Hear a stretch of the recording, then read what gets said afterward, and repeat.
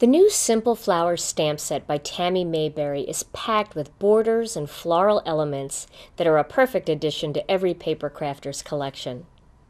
Today on Stamp TV, I'm going to show you a simple, elegant card featuring the new Simple Flowers stamp set and one of the greetings from the Stamp It Big 2 stamp set by Carolyn King. Let me show you the tools and products you need to create this card.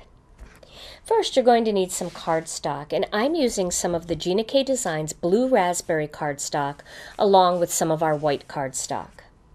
Then you're going to need an ink pad, and the ink pad that I'm going to use is the Versamark pad because my focal image and greeting today, along with the border, are all going to be embossed. And speaking of embossing, you are going to need some embossing powder, so I'm using the Stampendous Fine Detail Opaque White Powder. I also have the Embossing Magic Anti-Static Pad, and this pad is perfect for removing static from your areas that you're going to emboss, but it also absorbs any excess oil, so this way you only get embossing powder where you want it.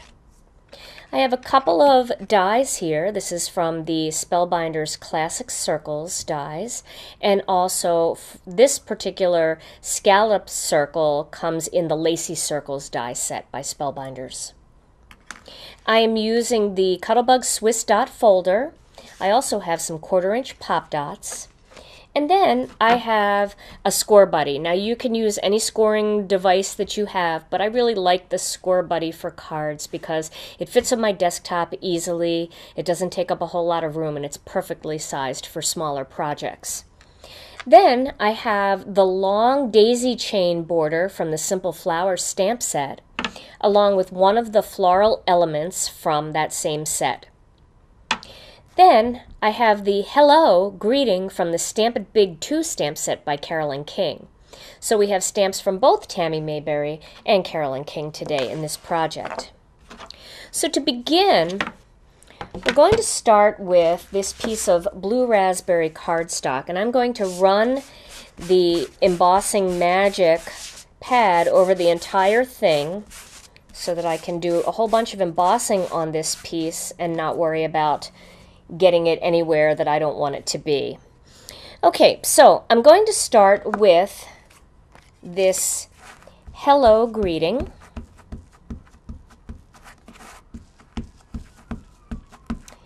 And I'm going to stamp this right at the bottom of this piece of cardstock. So excuse my head if it gets in the way. But that is where I want this greeting to be, just on the bottom and off to the right a little bit, like that. And now I'm going to emboss this right away while the Versamark is still wet, and just pour a little bit of this embossing powder over that greeting. Make sure I get rid of all the excess. And then I'm going to grab my Marvy heat tool and emboss this. Get my embossing powder out of the way there. And you can see that white powder comes up so much brighter white once it's heated up and the embossing powder is melted.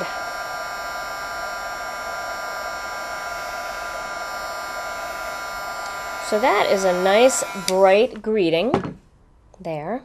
Now I'm going to give that just a second to dry because you don't want to touch it while it's still wet.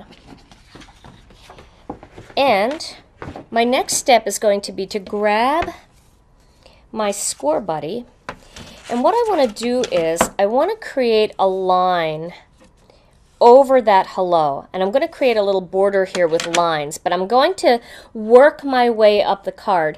This way there's no detailed measuring or anything like that. You just stamp and then you do the next step and then you stamp and you do the next step, and you'll see how this all comes together. So this line looks like it would be a good line to score over the hello. So I'm going to score that right there like that, and you can see that score line there. So now my next step is to stamp the border, and I'm going to do that over this line that I just embossed with the score buddy. All right. I want to ink that up really well with Versamark. Let me just grab a little piece of extra cardstock here so I don't stamp on my work area. So now this one, I just want to make sure that I measure that the flowers are evenly spaced from side to side, or fairly evenly spaced. And I'm going to stamp that right about there. Put a little bit of pressure on it, make sure that it took all of that ink. And there is my little row of daisy flowers, and I'm going to emboss them as well. So again, some embossing powder, get rid of the excess, and I will emboss that with my heat tool. And you can see by not having to measure ahead of time and nailing that chain of daisies right in the center of scored lines, this project is quick and easy, and it's much more enjoyable to do because you're just working as you go along. Okay, so now I have my little chain of daisies, and you can see how nice and bright white that is. And then I'm going to lay that down on my score buddy again, and I'm going to find another line that looks nice with that line, and I think I'll probably go right to this line here and make another scored line like that. So now I have my two scored lines and my chain of daisies in the center. Now my next step is going to be to emboss this floral element. So I'm going to rub the embossing magic on there, and I'm going to ink it up with some Versamark. When you're using a big chunky stamp like this, you do want to make sure that you really get it nice and inky when you're embossing.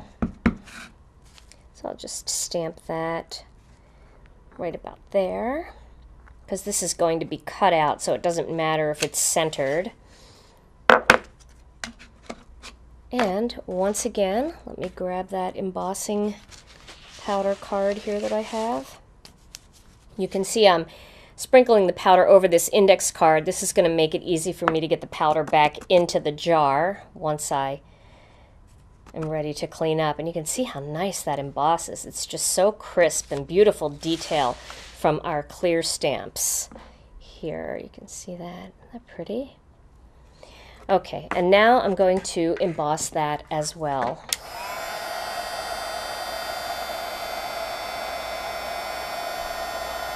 And I love how bright white this powder is.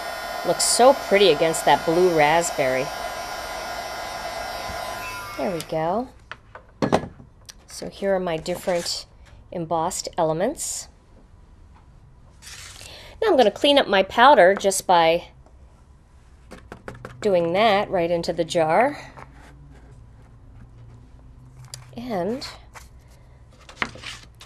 my next step is to grab the Cuttlebug. So here's the Cuttlebug,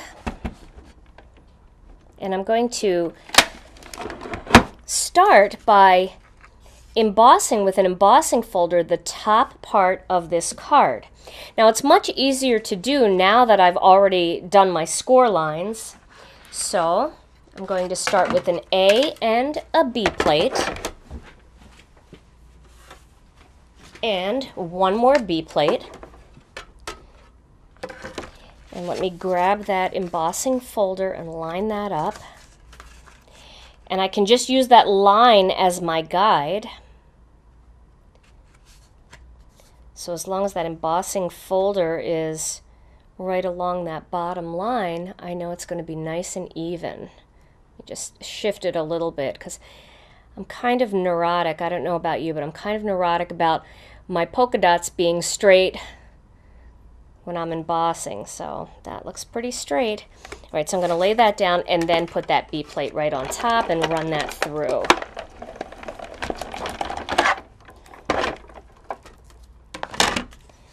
And now I have an embossed top there with the Cuttlebug polka dot or Swiss dot folder, and then two score lines and my daisy chain and hello.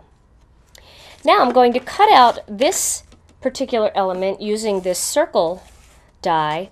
One of the things I noticed is when you try to use dies with any kind of cardstock that you've embossed, the cardstock gets a little bit warped. So what I like to do is take just a little piece of tape and make sure that the die is lined up perfectly, and then just add a little bit of tape onto it just so that it doesn't move around.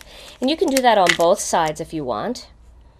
And then you know you're going to get a nice center cut there. You don't have to worry that it's a little bit warped, because you can see the side view, it's a little bit warped.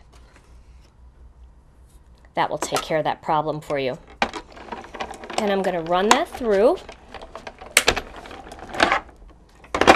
And that'll just fall out because nothing is taped to the actual piece of cardstock there, so you can see that just popped right out. And now I'm going to do one more cut. I've got a piece of white cardstock here, and I'm going to use that small scalloped circle from the Lacy Circles die set and cut that out. And this is going to just give me a very delicate little edge of white around the outside of that floral element there, like that. And that's going to make it pop quite a bit when I lay this on top of the blue raspberry. You don't want to do blue on blue or you won't be able to see it. So now, my final step is I want to take that score buddy again, and I actually want these two lines to protrude outward. But it was a lot easier for me to line things up and make sure things were pretty straight by doing it this way. So now all I have to do is flip it over and place that raised line against one of the lines and then just score it the other way. So I'm just going to pop it back out the other way. And I'm going to do the same thing with this other one, right about there. And now my lines, you can see they protrude outward just like the dots do. So that's a little bit more coordinating to have all of your embossed areas going out in the same direction. So now this piece is going to go on a piece of white cardstock here to give it a nice little edge. And I'm going to do that with some of the mono adhesive. That'll go on there first.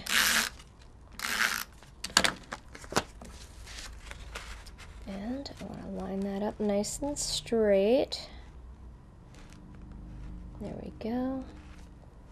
And then that whole panel can be applied to a blue raspberry card base, like that.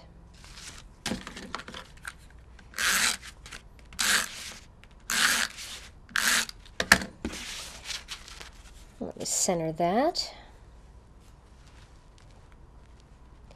Now I want to do one more thing to that little floral element just to give it a little bit of dimension. First I'm going to attach them together with some mono adhesive.